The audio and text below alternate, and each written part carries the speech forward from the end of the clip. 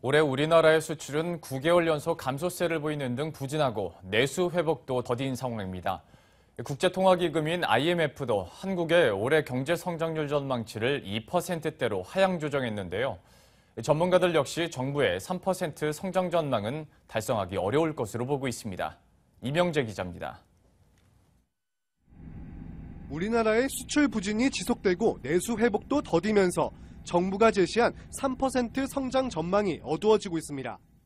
국제통화기금인 IMF는 우리나라의 올해 경제 성장률 전망치를 기존 3.1%에서 2.7%로 하향 조정했습니다. 수출 부진과 국내 소비 감소로 인해 경제 활동이 약화됐다는 게 주된 이유였습니다.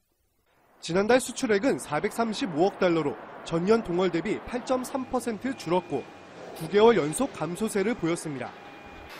수출 품목도 무선통신기기와 자동차 부품을 제외하고 석유류와 철강 제품, 선박 등 주력 품목에서 감소세가 지속됐습니다. 수출 부진으로 인해 제조업 평균 가동률은 지난해 평균인 76.1%보다 낮은 74.3%에 머무르는 반면 제조업 재고율은 128.4%로 높은 수준을 기록했습니다. 내수 회복도 더디기만 합니다.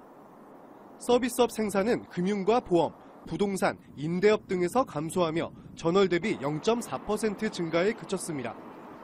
메르스 영향이 컸던 숙박 음식점업은 전년 동월 대비 마이너스 2.5%, 예술, 스포츠, 여가 업종도 마이너스를 기록했고 도소매 업종은 0%대에 머물렀습니다.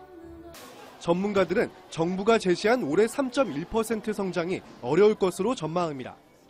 올 들어서 중국의 성장 둔화 등으로 세계 경기가 기대에 못 미치는 성장세를 지속하고 있고요. 수출이 여전히 부진을 지속할 가능성이 크기 때문에 경제 성장세가 3%를 넘기는 좀 어려울 것으로 예상이 되고요. 2%대 중후반 수준을 기록할 가능성이 높은 것으로 생각됩니다.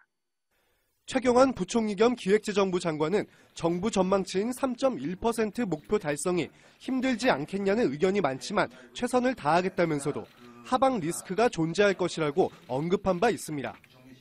계속된 수출 부진과 내수 침체 속에서 정부도 고집했던 3%대 성장 전망을 고수하기는 힘들 것으로 보입니다. 머니투데이 방송 이명재입니다.